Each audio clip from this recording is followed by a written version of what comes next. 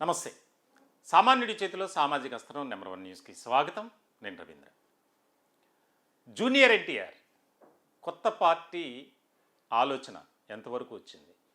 అసలు పార్టీ పెడుతున్నారా? ప్రత్యక్ష రాజకీయాల్లోకి జూనియర్ ఎన్టీఆర్ ఆయన మళ్ళీ ఎంట్రీ ఇవ్వబోతున్నారా? తెలుగుదేశం పార్టీని కాదని ఆయన మరొక ఆల్టర్నేటివ్ చూస్తున్నారా? లేదా కొత్తగా ఒక రాజకీయ వేదికను ప్రారంభించబోతున్నారా? దీనికి సంబంధించి రా ఎన్టీఆర్ పేరుతో సేవా కార్యక్రమాలను ముందుకు తీసుకువెళ్ళే ఆలోచనలో జూనియర్ ఎన్టీఆర్ ఉన్నారా? ఇలాంటి ప్రశ్నలన్నీ ఇప్పుడు నారా నందమూరి కుటుంబాల్లోనే కాదు, రాజకీయ వర్గాల్లో, జూనియర్ ఎన్టీఆర్ అభిమానుల్లో, తెలుగుదేశం పార్టీలో ప్రధానంగా ఒక చర్చనీయాంశమైనటువంటి టాపిక్గా మారిపోయింది. ఒక రకంగా చెప్పాలంటే హాట్ టాపిక్గా మారింది పొలిటికల్ సర్కిల్లో. ఎందుకు అంత ప్రాధాన్యత అంటే జూనియర్ ఎన్టీఆర్కు ఉన్నటువంటి ఫాలోయింగ్ అది. ఒకప్పుడు తెలుగుదేశం పార్టీతో ఆయన సాగించినటువంటి అనుబంధం కానీ, అందరితో కూడా మంచి సంబంధాలు కలిగి ఉన్నారు. ఇలాంటి క్రమంలో ఒక్కసారిగా ఒక రకమైనటువంటి గ్యాప్ అనేది వచ్చింది. తన తండ్రి మరణం తర్వాత మరింతగా ఆ గ్యాప్ అనేది ఇంకా ఎక్కువ అవుతూ వచ్చింది. అయితే తెలుగుదేశం పార్టీ కూడా జూనియర్ ఎన్టీఆర్ని కావాలనే పక్కన పెట్టారు. అతని సేవలను ఎక్కడా కూడా వినియోగించుకోవడానికి ఒక ఆలోచన చేయట్లేదు అనేది ఒక రకమైనటువంటి చర్చ జరుగుతుంది కూడా. ఇలాంటి క్రమంలో తాజాగా జరిగినటువంటి ఒక ఇన్సిడెంట్ ఏదైతే ఒక మూవీకి సంబంధించి తెలుగుదేశం పార్టీకి సంబంధించినటువంటి ఒక ఎమ్మెల్యే సాక్షాత్తు ఆయన మీద చేసినటువంటి వ్యాఖ్యలపై జూనియర్ ఎన్టీఆర్ అభిమానులు తీవ్రమైనటువంటి స్థాయిలో మండిపడ్డారు. రాయలసీమలో ఆ నాయకుడు, ఆ ఎమ్మెల్యే చేసినటువంటి ఆ యొక్క కామెంట్స్పై తీవ్రమైనటువంటి దుమారమే పేగింది. ఆ సమయంలో కూడా తెలుగుదేశం పార్టీ అధినేత కావచ్చు, తెలుగుదేశం పార్టీ కేంద్ర కార్యాలయం నుంచి ఎవరూ కూడా దీన్ని ఖండించలేదు అనేది ఒక రకమైనటువంటి చర్చ జరిగింది. ఇలాంటి క్రమంలోనే తెలుగుదేశం పార్టీపై పూర్తిగా వ్యతిరేకంగా ఉన్నారు జూనియర్ ఎన్టీఆర్. ఆయన కొత్త పార్టీ అనేది ఖచ్చితంగా రాబోతుంది. తమిళనాట ఏ రకమైనటువంటి పరిస్థితులు నెలకొన్నాయో టీవీకే అధినేత విజయ్ ఏ స్థాయిలో విజయం సాధించారో ఆంధ్రప్రదేశ్ రాష్ట్ర రాజకీయాల్లో కూడా అదే రకమైనటువంటి విధానం రాబోతుంది త్వరలో అనేది తీవ్రమైనటువంటి చర్చ ఒక్కసారిగా వెలుగులోకి వచ్చింది. ఇలాంటి క్రమంలో మరి ఏం జరిగింది ఏంటో తెలియదు. ఇక్కడ కొంత సమాచారం ప్రకారం వాస్తవం అని మేము చెప్పం, ఎక్కడా కూడా దీన్ని నిర్ధారించేటువంటి సందర్భం కూడా లేదు. అయితే తాజాగా జరిగినటువంటి ఒక పరిణామం ఏంటి అంటే రా ఎన్టీఆర్ ఏదైతే ఉందో ఆ పేరుతో జూనియర్ ఎన్టీఆర్ సేవా కార్యక్రమాలను ప్రారంభించబోతున్నారు.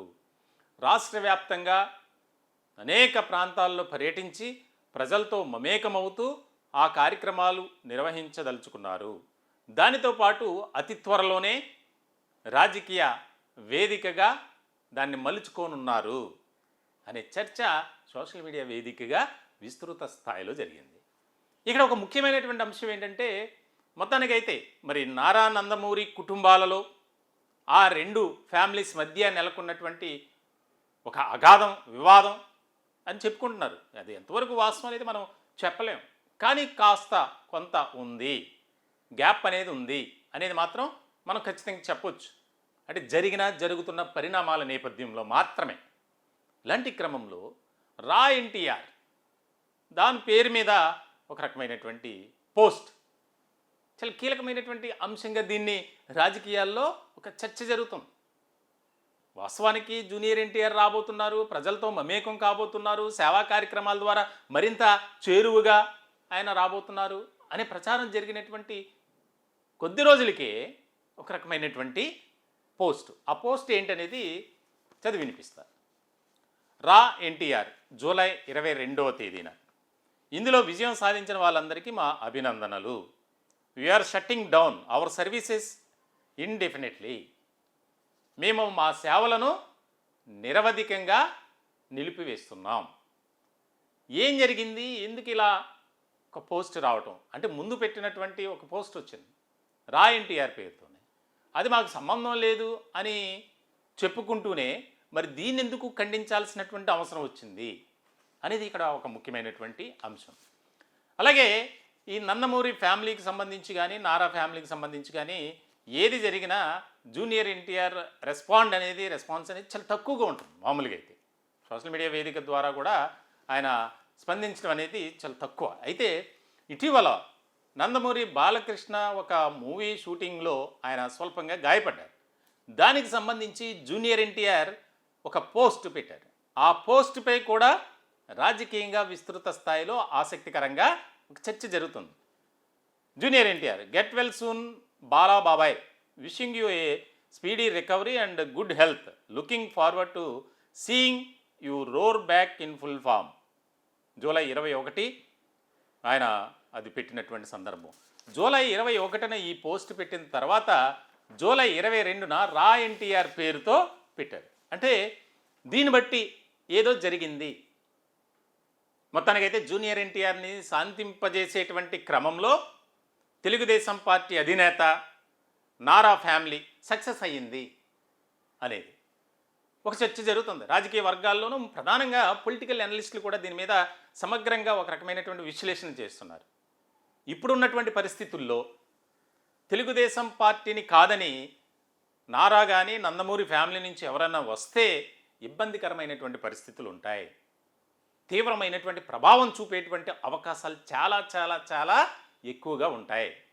కాబట్టి దాన్ని ముందు ఆదిలోనే మనం కట్ చేయకపోతే, కంట్రోల్ చేయలేకపోతే తీవ్రమైనటువంటి పరిణామాలు ఉంటాయి అనేది గ్రహించినట్టున్నారు.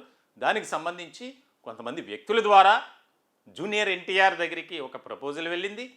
దాంతో ఆయన వెనక్కి తగ్గారు అనే చర్చ కూడా బాగా వినిపిస్తుంది. ఎంతవరకు వాస్తవం అనేది మనకి చెప్పలేం. రాజకీయంలో ఏది జరిగినా సరే దాన్ని రకరకాలుగా విశ్లేషించడం, మాట్లాడుకోవడం జరుగుతుంది, వెరీ కామన్.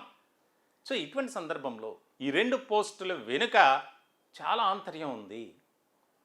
ఆయన భవిష్యత్ కాలంలో తెలుగుదేశం పార్టీతోనే పనిచేయబోతున్నారు అనే ఒక ఇండికేషన్ రాజకీయ వర్గాల్లో జరుగుతున్నటువంటి చర్చ.